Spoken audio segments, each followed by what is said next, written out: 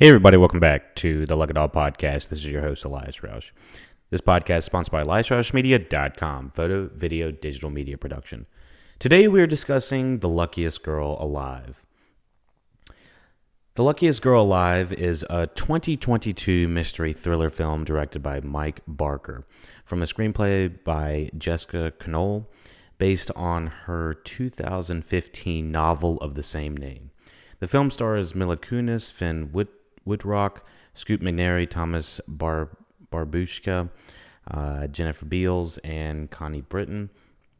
The Luckiest Girl Alive was released in select cinemas on September 30th, 2022, before streaming its release on October 7th, 2022 by Netflix. So, little bit at a loss for words for this movie. There's not many movies that kind of come across of this type of story. Going into it, basically the only thing I knew was Mila Kunis was getting booed at on Jimmy Kimmel or something like that for some random comment about her not liking New York pizza or something like that. I'm not even sure. That's beside the point. So this was the only thing I knew about it, was that it was a controversial film. I had absolutely no idea what I was going into. So going into it and watching the first 10, 20, 15 minutes to kind of to get the initial take on it, I kind of thought this was going to be a heist film or some sort of con job. It is kind of the exact opposite. This is a hard movie to discuss in detail in the non-spoiler section, but without talking about it, without spoiling it for everyone, I do want to kind of preload this podcast at the front with somewhat of trigger warnings. There are different types of violence happening in this film that can be extremely controversial, to say the least, and there are experiences that have happened in this film that I cannot relate to on the level of having gone through those things, and so I'm going to kind of have to tiptoe around a lot of the types of violence that is happening in this film.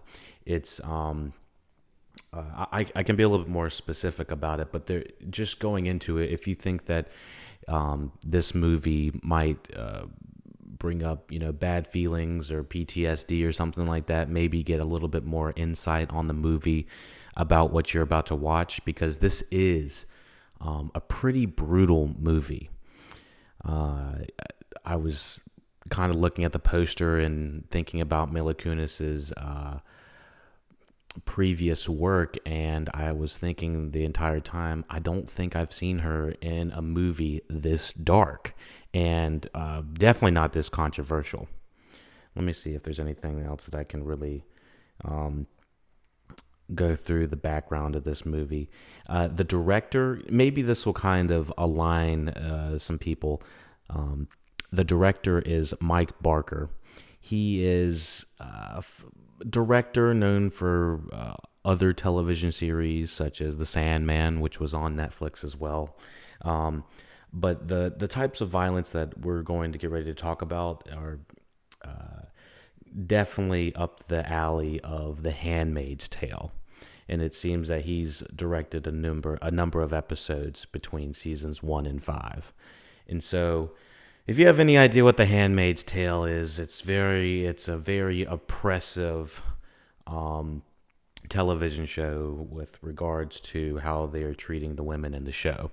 And so this movie is very much up that alley of I'm going to keep saying it, is this oppressive type feeling of a movie. Very brutal, and it's covering things that happen, unfortunately day to day, and especially other types of violence that we're going to talk about in the spoiler section. But these things do happen, unfortunately, and it's not something that I want to completely focus on in the podcast about, whether or not this should be shown, what is art, what is not art, and whether this book is based off of a true story, which I really don't have too much knowledge about. Let me see if there's anything I can... yeah. Okay, so I'm going to talk a little bit more about this movie in the overall plot perspective without getting into too many spoilers of, the endings of what happened. But this is going to be very much the gist of what the core of the movie, of why it is controversial. So if you want to go into it knowing all of those trigger warnings, knowing this is very high intense violence. It was a 2-hour movie, and it felt like a 4-hour movie. Personally, like I was ready to kind of quit halfway through, but it was just kind of unrelenting, and it just hit these notes and storytelling that I was just like, honestly, this is not my type of story, but I gave it credit for, touching these types of subjects. And so, let me see. Let's talk. Here is what the novel is based on. The book is based off in the novel, which, here's the story. The novel follows a young woman who has sought to reinvent herself in her adult life. Following a series of horrifying events during her teenage years, which initially the first 20 minutes, it feels like this, the Mila Kunis character is trying to reinvent herself in a way that she has done, some sort of crazy heist, or she has this like self-awareness about her that feels like she's like ready to, to plan a con of some sort. And it feels like that kind of movie at first, but then it slowly morphs into way more of a drama as we're going through the movie. And I'm not really talking about the entire thing yet in spoiler section, but as the movie progresses, you learn way more about that. This is not, like I thought watching it originally, this is not the, the smart girl that is, kind of in the hustle of, I thought it was the typical, the person that's down on their luck and then figures out if they come together with a couple other ragtag teams, and then they figure out how to flip the switch and, maybe steal a few million from a couple of guys or something like that. I thought it was going to be like, what was that Queen Latifah, something money, Queen Latifah money heist. Was it Money Heist? What was it called? Mad Money. I thought it was like a Mad Money thing or something like that. Get the girls all together and they're going to rob the bank or rob the guy or something. I thought it was going to be that. This movie is not that. It is definitely a movie about a female that has gone through some extremely horrific and traumatic events, and some of those events are affecting the other events that have followed her. And so during the book, the lead character Ani Finelli is also referred by several different names: Tiffany Finelli, Tiff, and Finny. And it's a hard watch. So the specific things that happen in this movie that make it very difficult to talk about. This is sort of a spoiler, but these are the trigger warnings that I want you to know going into it. I don't want to be like, oh, this sensationalist thing, listen in the spoiler section and you'll know what it is. I don't want to put it at that tier. It's not like that. This movie deals with a teenage girl, which is Mila Kunis' character, younger, and she's raped.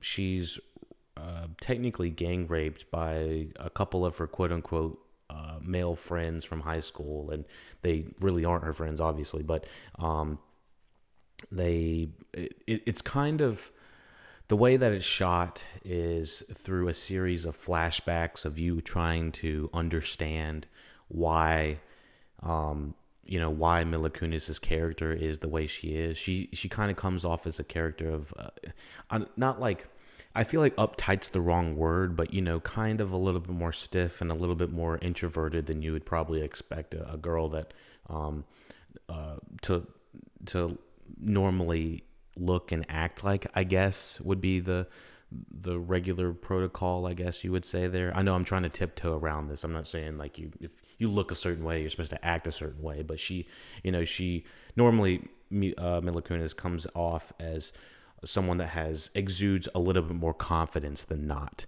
And so that's what I was expecting her character to play in this. But, having these flashbacks of her traumatic experiences of that on top of, we find out that she's assaulted, and there is also a school shooting that happens that is somehow tied to this assault that has happened to her, to this rape that's happened to her, and it's literally a book or a film. I'm not exactly sure how much accuracy the movie is to the film off the top of just reading the Wikipedia and some other pages on it, but it is an extremely controversial subject, to say the least. And so I was I wasn't shocked and appalled, but I was just like, wow, this is like two seriously oppressive subjects that normally a movie would only have time to tackle only one of them. So I kind of came to the decision around halfway through it that I knew that I didn't think I was going to like the ending, but I wasn't exactly sure 100% how it was going to end, but it was sort of kind of coming out on a spectrum of a little bit of predictability, but it was just such a brutal movie and heavy to watch movie. It's hard to even talk about it now. It kind of got me a little fucked up just watching it and having not experienced either one of those types of traumatic violence, especially at such a young age. Thank goodness. And just not being able, you can only be so sympathetic without kind of understanding the empathy that you would need to have, having to, be actually in those situations to understand the seriousness of them. So, yeah, normally we don't like to get, too serious on the podcast, but I thought this was kind of an important film to kind of review, mostly because the subject is not touched upon very often. And I unfortunately had a friend, not just the other day after watching this, tell me that she was sexually harassed at work. And, I feel like there's only so much I can do as I don't know, late 20s male, not in the corporate world and not in like around tons and tons of, people and, guys to, keep, tell everyone, to be fair and to be hands to yourself, don't hurt people kind of thing. So I'm very much running in my own lane. So to hear that is very dismaying, unfortunately. But, it's something that happens on such a regular basis that it kind of, I don't know the statistic. I want to say last I saw it was 1 in 3 women that have been either harassed or assaulted in some sort of way. I could just be making that number off the top of my head. I don't really have the statistics. But I know that the number is absurdly high, and we just need to do better, honestly. I know the people on the listen to the podcast is like preaching to the choir, but I still think that we could still do better. Anyways, I'm trying to do my part by kind of covering the film by at least discussing the absurdity of how high the ratio of women have been abused and assaulted in some sort of way. So like I said, this is a heavy ass movie. I don't really know much more to say about that in the non-spoiler section. But I know there's a ton of articles coming out that are saying that There should be a trigger warning before this movie. There's let me see what these other articles are saying. Yahoo News, viewers demand trigger warning for the film. Let me see anything else. The ending apparently was changed from the book. I'm not exactly sure what the book. Let me see if I can find off the top of my head. I probably should have done this earlier, but we're gonna do it now. Fuck it, we're gonna do it live. Oh no. I hate when I get all these cookies and stuff. They're like, let me just track your ass. No.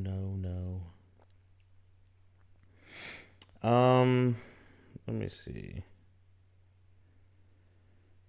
So anyways, I was kind of like, I was very unsure about how the movie was going to end, but at a certain point I was like, okay, this is, the come up story essentially.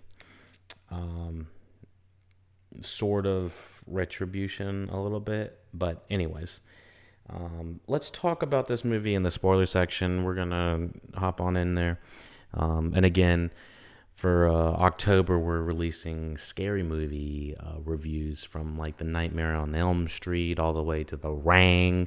We got some a little bit more lighthearted horror for you, and not so much real stuff like this. Honestly, Netflix has been a little bit brutal for me. I'm watching it. It's been super oppressive just between the Jeffrey Dahmer series. My quick review of that is it's a little bit, it's way too long. It kind of sexualizes Dahmer a little bit more than I'd like. The smell didn't make sense to me. But there's one episode 6 of the Jeffrey Dahmer, the Jeffrey Dahmer case, and I just... it's just not for me. It feels like a lot of this stuff is very dark, and I'm just not really feeling it at this moment. It's a little bit more dark than I want to be dealing with, day to day. What was it, 10 hours of Jeffrey Dahmer? Ugh, I don't need all that. So having this to, right after having the Luckiest Girl alive, watching it right after Jeffrey Dahmer was not exactly... super cheerful in my book. But anyways, let's hop into the spoiler section. We'll get this road on the show. All right, here's the plot. At first glance, 28-year-old Ani appears to have a perfect life. She works as an editor at a glamorous New York City women's magazine and has a loving fiance and a good family. Yet Ani also hides a secret. As a teenager, she underwent a series of horrifying and emotionally crippling events, including a school shooting that have continued to impact her well into her adult years. During the course of the film, it is revealed that Ani was gang raped when she was 14 years old. She tried reaching out for help after her assault, but was subjugated to cruel bullying and taunts by her peers. As the story progresses, Ani begins to question whether she is truly happy with who she has become and if her current life is the one that she wants and needs. And that is the plot of the movie. It is, like I've said, I think 4 or 5 times now, it's super oppressive. The first 5 or 10 minutes kind of feel like if you have no idea what you're going in for, like I said, it kind of feels like we're in the head of Ani, and she's over here trying to, figure out her boss, how she can get the job up, figure out how to get the best man, and she's got all this bling, which she's not exactly hurting for. There's like this weird class discrepancy between her and the rest of her schoolmates, even though her mom's driving a BMW, I believe. It really doesn't. This movie tries to tackle literally so many things, from the rape that she goes through, to the school shooting, to the class disparaging between her and her the other people at school. It is just relentlessly going for the shotgun approach of every triggering thing that you could probably think of. The only thing I think the 2 things they didn't really talk about were probably people being homophobic and or racist or something like that. That those were the two things. I feel like if they would have hit those two things, it would have hit almost every trigger subject that you probably could have hit. But anyways, between all of that, I was like, damn, this is okay. Let me see. Is this a Reese Witherspoon production? Hold on, with Reese Witherspoon. Okay, so I guess. Damn. Okay, so in 2015, it was announced that Lionsgate acquired the film rights to The Luckiest Girl Alive by Miss Knoll, with Reese Witherspoon set to produce under the Pacific Standard banner. In February 2021, it was announced that Mila Kunis would star in the film, with Mike Barker set to direct the film, with script by Knoll, and Netflix set to distribute, and Lionsgate and Witherspoon no longer attached. Okay, so she dropped out. I know that she has Witherspoon has a big production company. I think it was called like something Sunshine, Happy Sunshine. I don't know, some sort of production company, and she's been booking it and that for quite a long time. Is it Hello Sunshine? I don't know. Anyways, I can't find where a production company is. Anyways, I digress.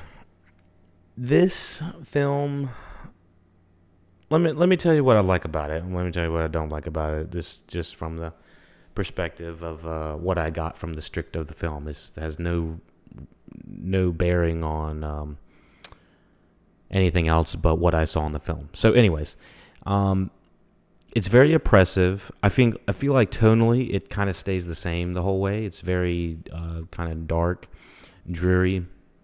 Not much levity in this in the story, and I know there's not much room to have levity. I think it's the first hour is kind of understanding older Ani, and then it kind of flows into younger Ani, and I think the young Ani perspective and the young Ani performance, the story is way more engaging and interesting than older Ani.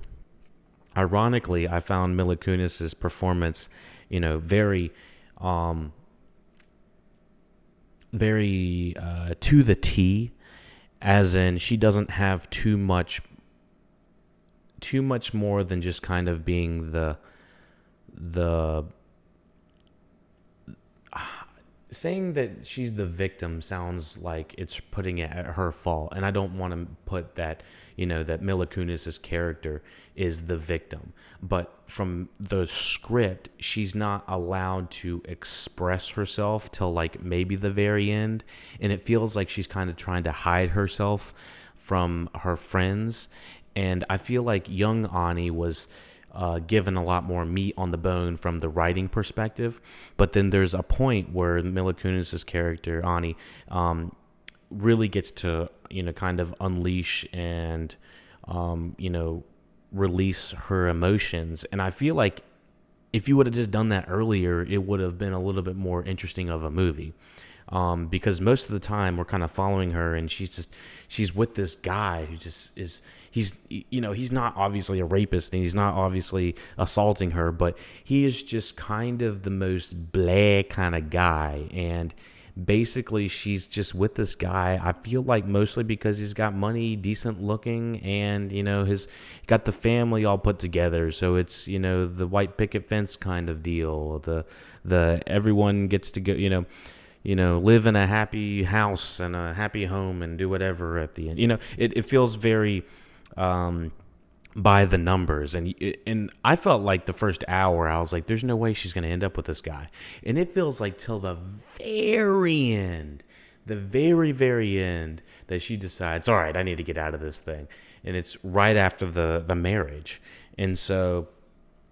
and thank goodness we got to skip the wedding. I was like, this movie has gone on entirely too long. I felt like hour and 10 minutes of it, and we've seen her get gang raped by 3 different guys, and assaulted, and then on top of that, she's trying to tell the teacher and the principal, and it reminds me of that one show on Netflix. It was not untraceable, undocumented. No, there's a show that had what is her name? Hereditary. Had God dang, what is it? Toni Collette in it. What the heck was that called? I'm gonna find it. All right. Anyways, this movie very much reminds me of that film when she's not believed. What is that? All right, Toni Collette has a fuck ton of stuff. Hold on. Yeah, well, they have a whole nother page for her performances. All right, untraceable stage. Oh, she does stage acting too? Didn't know that. Unbelievable. Okay, I was close. It was an something. So, anyways, Unbelievable was a show about a girl that has been raped, and basically they don't believe her, and it is one of the most triggering things I've seen on Netflix in a while. This movie kind of goes up there with it. It obviously doesn't go to that degree of 7 episodes of a girl that's not being believed, but it is very much of that same style. So, yeah, what else do we got to talk about? The performances are all very good. I think some of them are a little bit more over the top, as in like, all right, it's kind of predictable in a way, but here's the drunk mother, here's the asshole in-laws, here's the boss that's a hard ass but kind of likes the main character enough to kind of give him a kick in the ass in the right direction. It kind of feels by the numbers when it comes to these characters, but the performances are all great all great with them, so they're not hindered by the kind of subpar writing when it comes to the by the numbers book of them. But yeah, I love Scoot McNairy. He's been in tons of things. He was in Godless. That was a great Netflix show that I thought he plays one of his best in there, performances in there. And Ariella is the Canadian. Is it Canadian? I don't know if she's Canadian. Oh, Mexican actor. No, she's from U.S., New Mexico. So she's the young actress that plays young Ani, I believe, and she does an amazing job. I think the performance of young Ani is up there with some of the better performances this year. This movie, I'll tell you now, is a 6 out of 10 for me, mostly because of the overbearing tone of it, but the performances are all really, really good. Hers especially, I think, is up there. Kind of like when I was talking about the Jeffrey Dahmer stuff. Like, Evan Peters plays the shit out of that character, and he embodies a weird, creepy motherfucker. And there's actors that play some of the victims in that series, and honestly, all of those performances, fantastic. But I think that it just kind of goes to what it means to me. I can love a performance and I can respect a performance, but that doesn't mean I'm going to love the final product. So, continuing on with this movie, there's really not too much to talk about except for the other half of the most depressing side of this. So we are being alluded to in this movie for I don't know how long. I think it's like 30 minutes. That there is a school shooting that Ani has some sort of relation to, and there is this asshole named Dean Barton who's kind of pointing the finger at her somehow. And you find out that by what had happened in the flashbacks, that basically after she was raped by all those guys, that there were 2 other guys that were kind of on the other spectrum of being bullied, and they they're kind of assholes to her as well. This is what my other part about this movie I didn't like.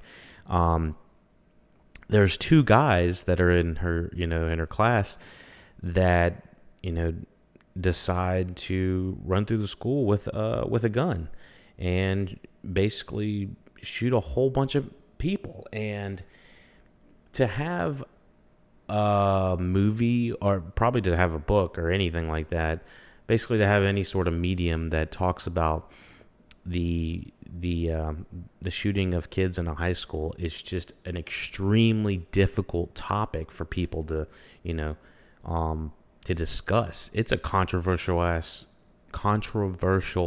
subject. It feels like to even discuss, but Netflix is like, shit, we'll make a movie about it, put it on our shit. It's gonna be number one. And when I watched it, it was number one.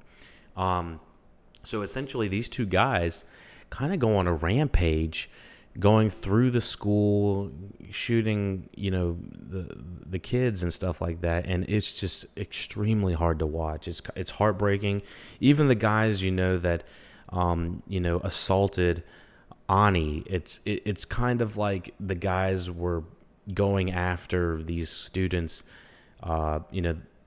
these guys with the guns were going after the students, kind of in revenge for what they did to Ani. And it's like, oh my God, it's like this. And she's being accused at a later time by one of the guys, Dean, who raped her, that she was complicit in the school shooting. And it's like, oh God, it just feels like two terrible different flavors of whatever, and you're just like combining them to make it just this evil, awful medium of storytelling. And it's so sticky and hard to watch. And I felt like I whiplashed on it. Like I was watching the first hour and I was like, I'm done with this movie. I really don't care about it. I'm not going to review it. I don't give a shit about it, because it's just got me all fucked up. And I was like, I don't blame anyone for feeling positive about it or negative about it. I just felt like I didn't want anything to do with it. And then it continued on. And it felt like the last 40 minutes were just like a fucking roller coaster of hell. And I guess I kind of whiplashed from it and saying that I was kind of offended from it.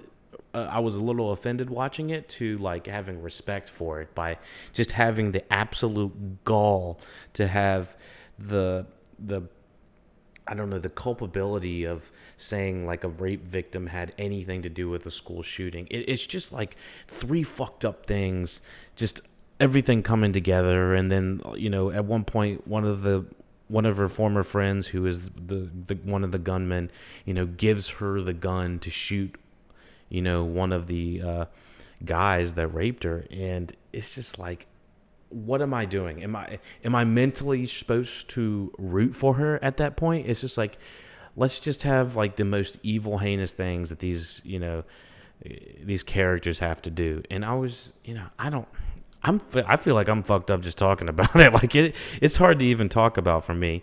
And yeah, so what I'm seeing is the cinematographer on here, Colin Watkinson, won a Primetime Emmy Award for Outstanding Cinematography for a single camera series for Offred,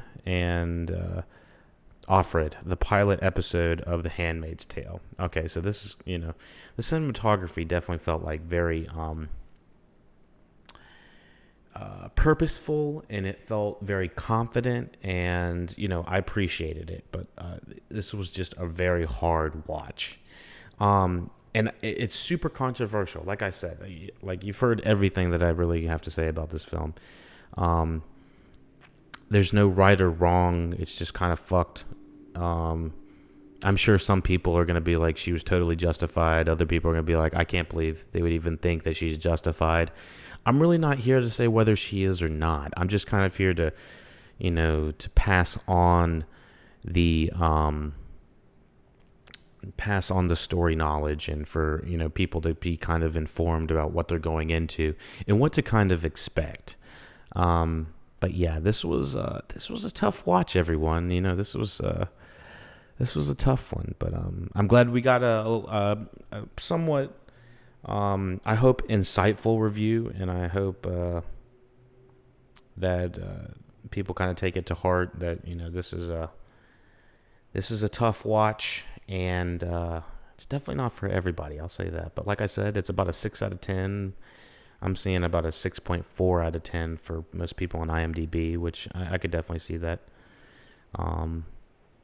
But yeah, so let me know what you think about the review. Let me know what you think about the Luckiest Girl Alive. How can I improve on reviews like this that are not so much subjugated to like what my opinion is and more or less like what everyone else is thinking about it? Because what my opinion's minuscule in the bucket. It's a drop in the bucket, but it's what everyone else is feeling is what's important to me. But yeah, I hope that we did this with the utmost respect for the film and the topics that are covered in this, because that's all we mean in this review and on the podcast. Spread love, everyone, peace and love, all that stuff. I feel like I would be a hippie back in the day. I feel like I'm sort of a hippie now. I don't know. Anyways, yeah. All right, everyone. Let me talk a little bit about the last little bit of the film. It's not really talked about on the Wikipedia page, so I'm just going to talk about it. The ending of the film, essentially, Dean Barton gets his sort of it in the way that he participated in the rape, and he admits to what he's done. You could kind of see the writing on the wall of what was going to happen.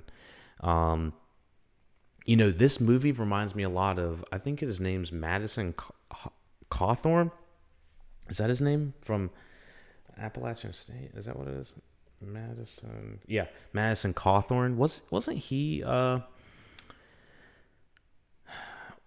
like, I know that he was in an accident that put him in a wheelchair, similar to I know he wasn't shot like this guy Dean Barton was, but I kind of felt like there was a little bit of finger pointing at the Madison Cawthorn character in real life. He's kind of this super conservative, right-wing asswipe that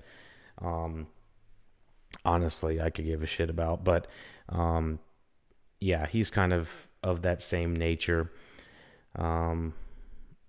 I don't know, not really too much to say about it, but I definitely saw like there was like similarities to it with respect of how the Dean Barton character was like kind of like a sort of a politician a little bit, writing books and whatnot, kind of having a public figure. But yeah, I did find the interview of this independent, from the independent director that's happening in this, a little bit icky. If I don't know if I would ever want to do an interview like that, make it some sort of spectacle. It seemed very just controversial and way more negative than not. I don't think I would ever think that she would sign up to want to be on some sort of interview like that. And then, of course, Dean rolls up on her. They're on the second floor. Like, of course, the indie filmmaker knows that, Dean's going to be there. And, of course, Ani's going to be there. And he tries to apologize like she's not. Like, absolutely not. I was just pissed about that. That they kind of, her trust was betrayed again. So I don't know. The only guy that feels like he's worth a shit is the Scoot McNairy character, honestly. And of course, it's Scoot McNairy. He's good in everything. But yeah, so that is the Luckiest Girl Alive 2022. It definitely did not make my top 10 of the year. But if you would like to see the top 10 of the year list, go to LuckyDogPodcast.com and scroll all the way to the bottom, and you will see the top 10 movies of the year. We are keeping it updated, up to date, about every week, kind of updating it.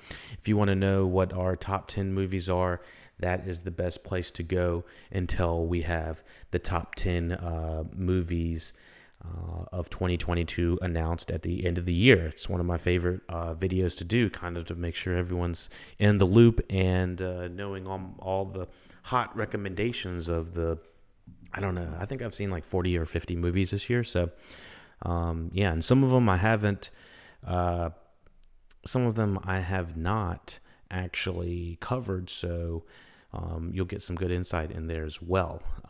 Speaking of other things, we have LuckyDogPodcast.com for all the social medias. Look in the links, get all the descriptions for all the fun things you can do and interact with the Lucky Dog Podcast. Thumbs up, subscribe. Let me know how I can improve. Like I said, this podcast is way opinion based. It's not, my opinion is not end all be all. I always want to hear what everyone has to say. So thank you for listening, watching Lucky Dog Podcast. Take it easy.